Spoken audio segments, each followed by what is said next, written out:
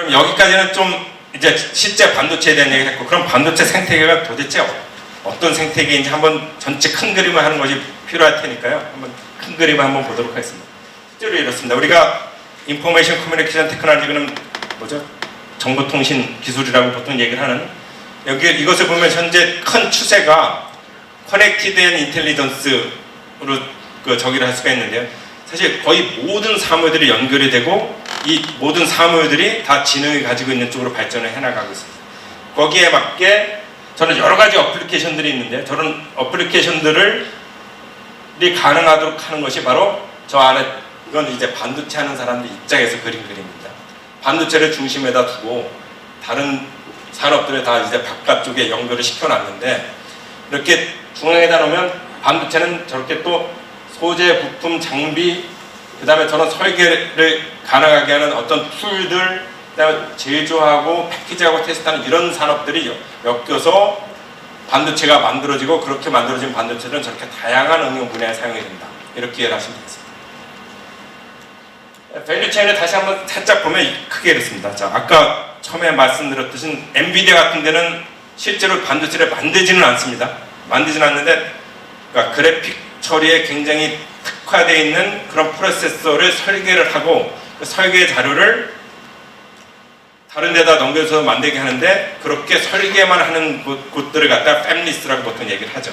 우리나라도 이제 초창기에는 80년대, 90년대겠네요. 90년대 초부터 팹리스 업체들이 굉장히 많았는데 지금은 굉장히 힘들어하죠. 대부분 이제 팹리스 자체 팹리스는 많이 남아있지 않고요. 몇 군데 굉장히 큰데, 뭐 실리콘 마이토스라든지 LX 세미콘이라든지 이런 데는 굉장히 크게 역할하는 팹리스들인데, 그런 데를 제약은 많지가 않습니다.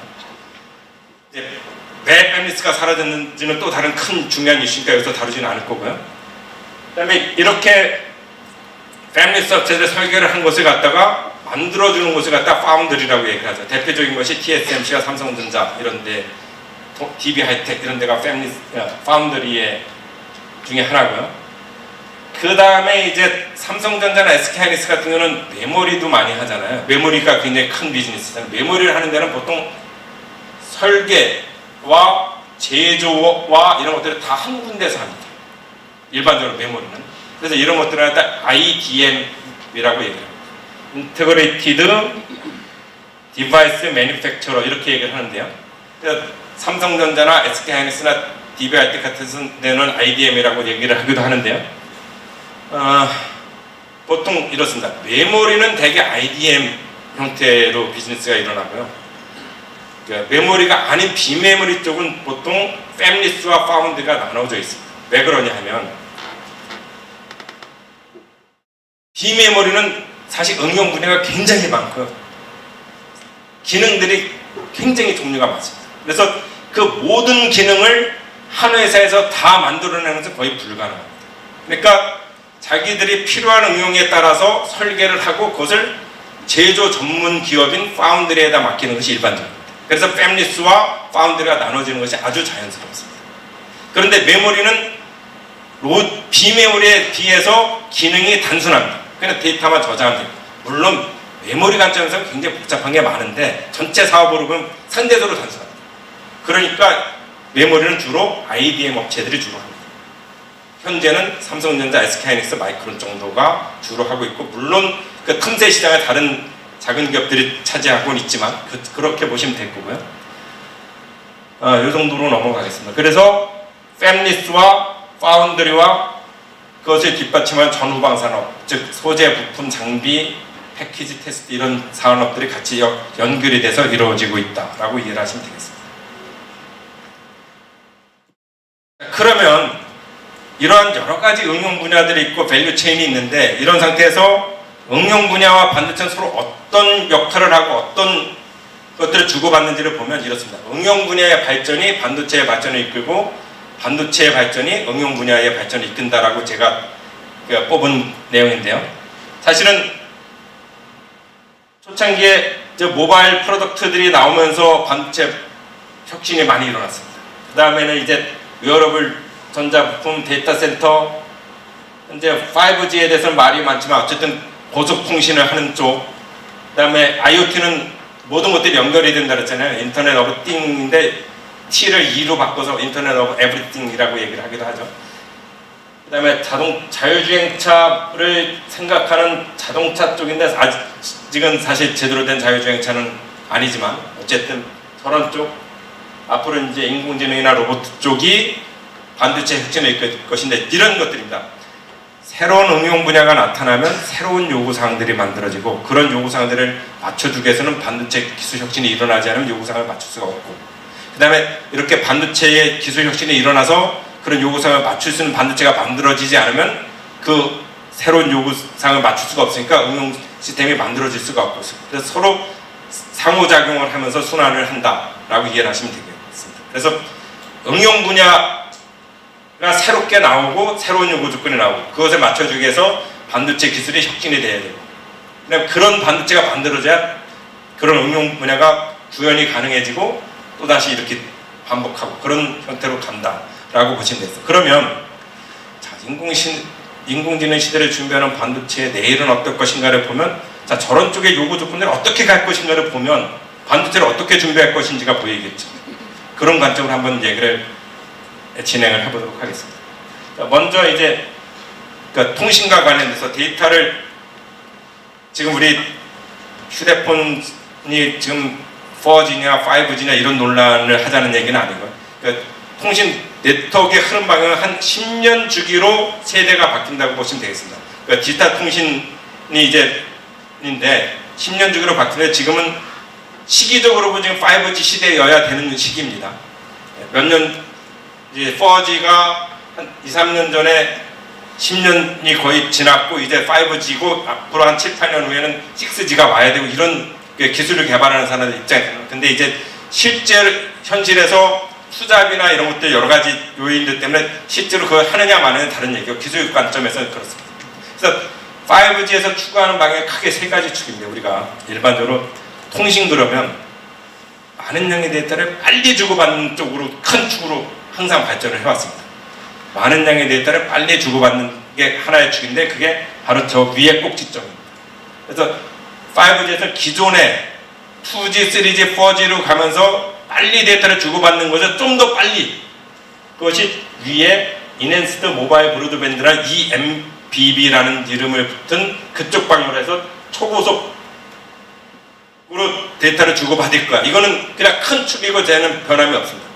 다음 세대도 저것을 더 빠르게 이렇게 갑니다. 그리고 이제 5G에서 들어온 두 가지 새로운 개념들이 있는데요.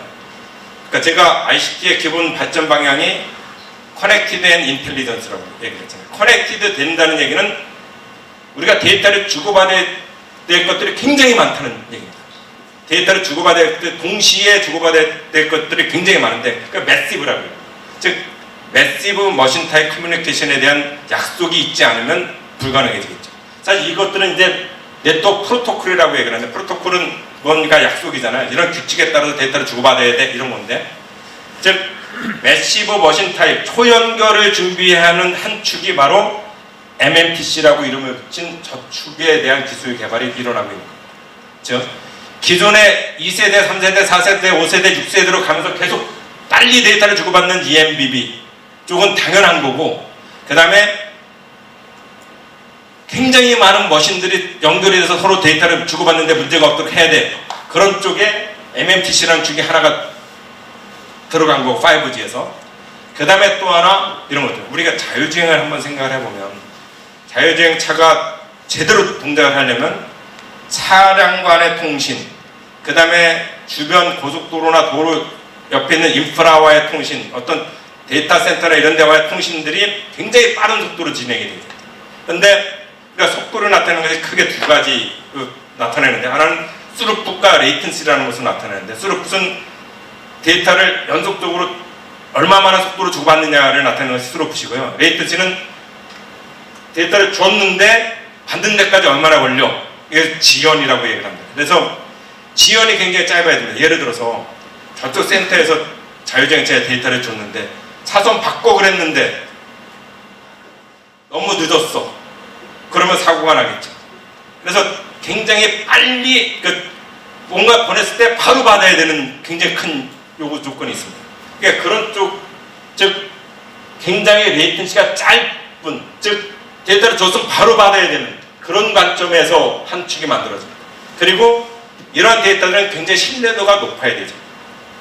잘못된 정보를 주고받으면 큰일 나겠죠. 그래서 신뢰도가 굉장히 높고 지연 시간이 굉장히 짧은 그런 통신 요구 조건이 생깁니다. 그게 하나 URLLC라는 축입니다.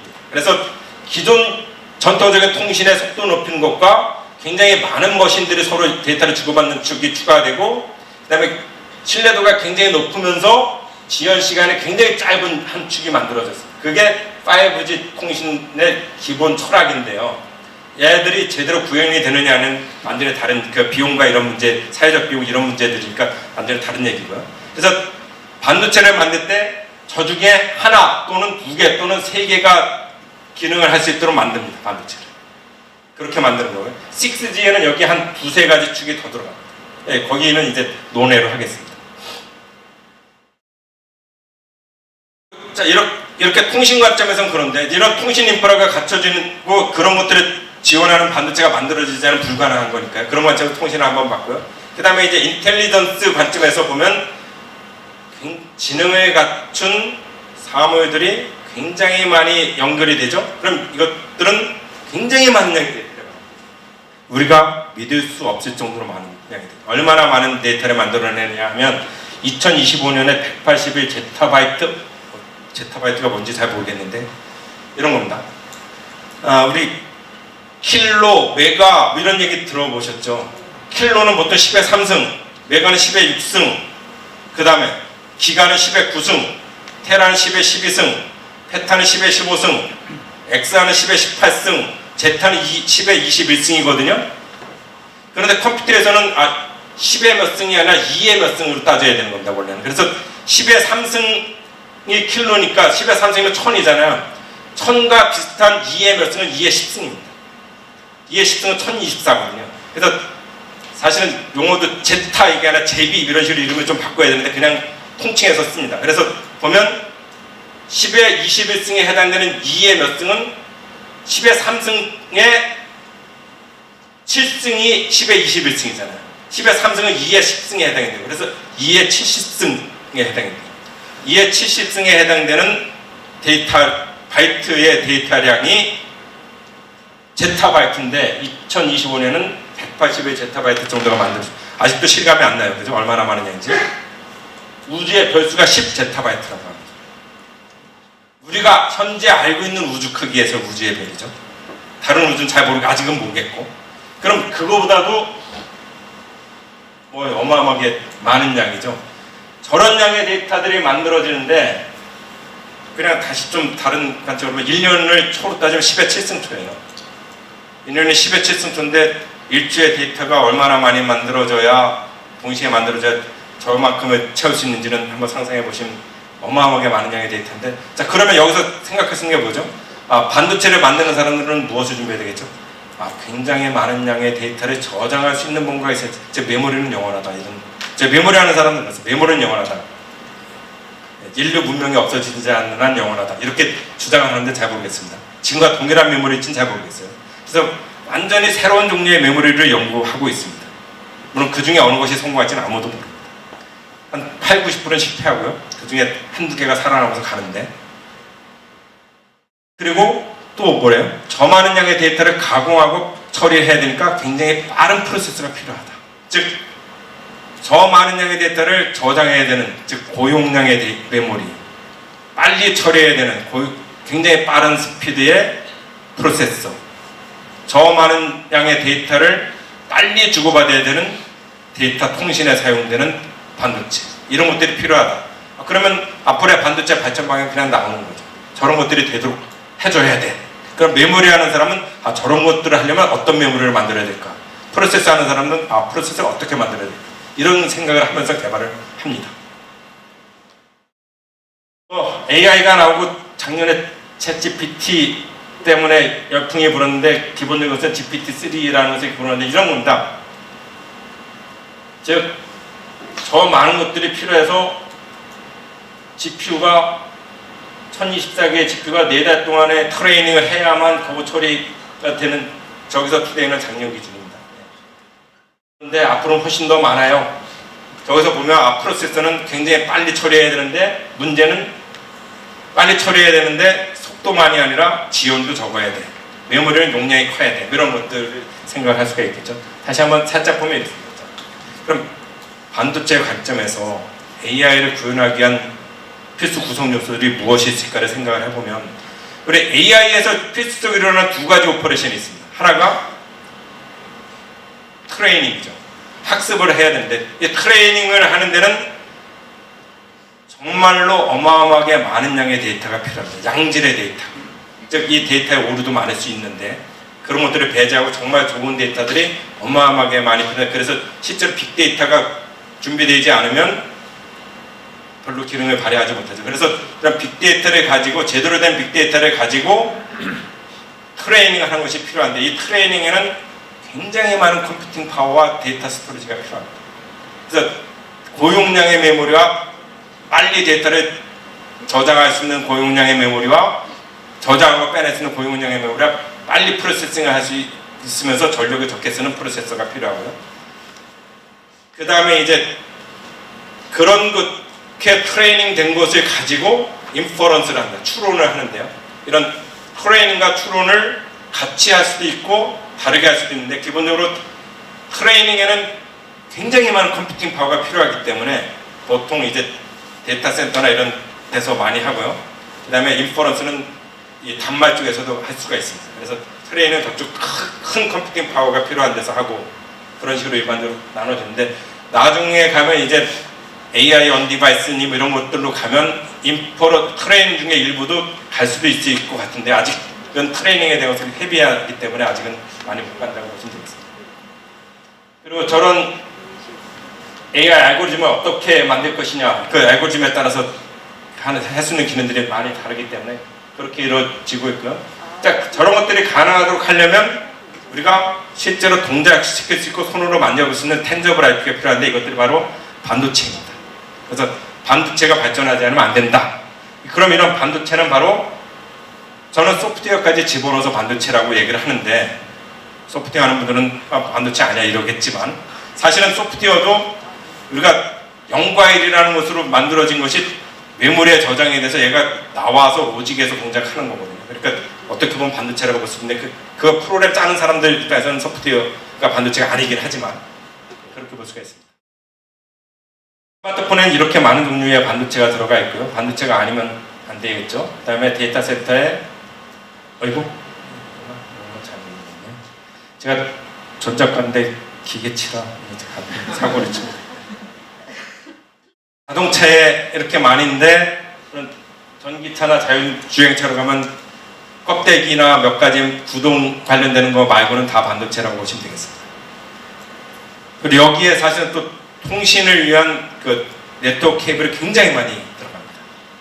그래서 사실은 저 통신 네트워크에 들어가는 그 케이블 양을 줄이는 것도 자동차의 질량을 감소시키고 연비를 좋게 하고 이런 데 굉장히 중요한 거라 그런 쪽도 연구가 많이 되고 있다라고 이해를 하시면 되겠습니다.